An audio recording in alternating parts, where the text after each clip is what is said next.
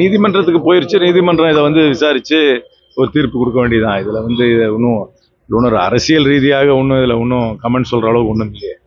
அந்த மாதிரி aggrieved person வந்து கோர்ட்டுக்கு போயிருக்காரு. கோர்ட்ல அவர் முறையிட்டு அவர் பக்கம் நியாயம் இருந்தால் நிச்சயமாக அவருக்கு எதிர்பார்க்குற தீர்ப்பு அவருக்கு வரும். அதனால் கோர்ட்ல போய் முறையிடுறது தான் முறை.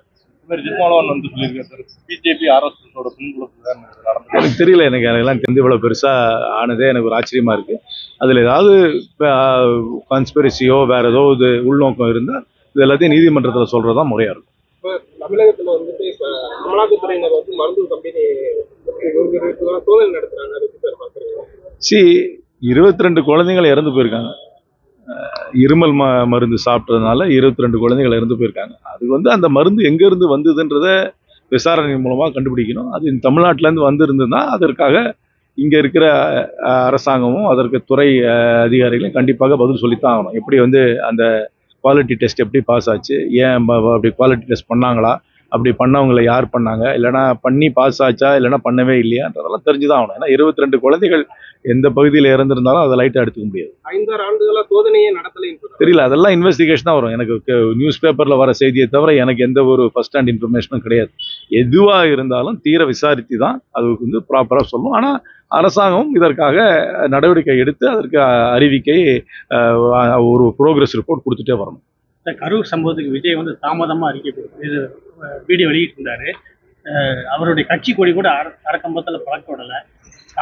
அவங்களுடைய நடத்தை அவர்கள் தான் விளக்கம் கொடுக்க வேண்டும். அவர்கள் ஏன் ஒரு விதமாக நடந்து கொள்கிறார்கள் என்ற விளக்கம் அவர்களிடம் கேட்க வேண்டும். ஒருத்தரும் ஒரு விதமாக நடந்து கொள்வார்கள்.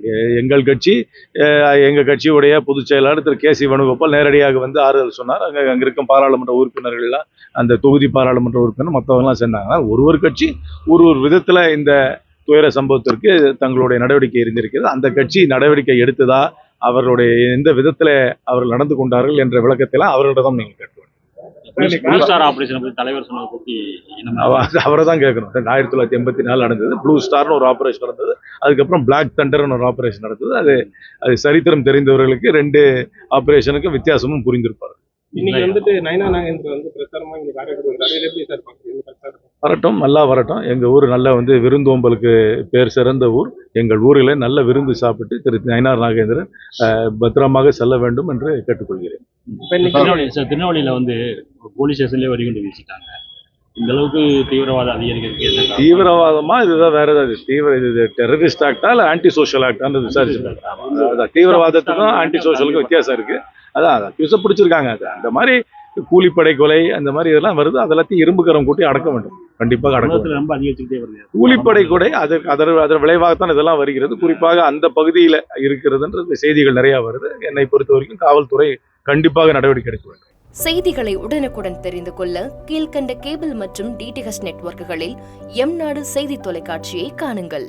பாதகம் செய்பவரை கண்டால் நாம் பயம் கொள்ளலாகாது பாப்பா. மோதி மிதித்து விடு பாப்பா, அவர் முகத்தில் உமிழ்ந்து விடு பாப்பா. அண்மை செய்திகளை உடனுக்குடன் தெரிந்து கொள்ள இணைந்திருங்கள் எம்நாடு தொலைக்காட்சியுடன்.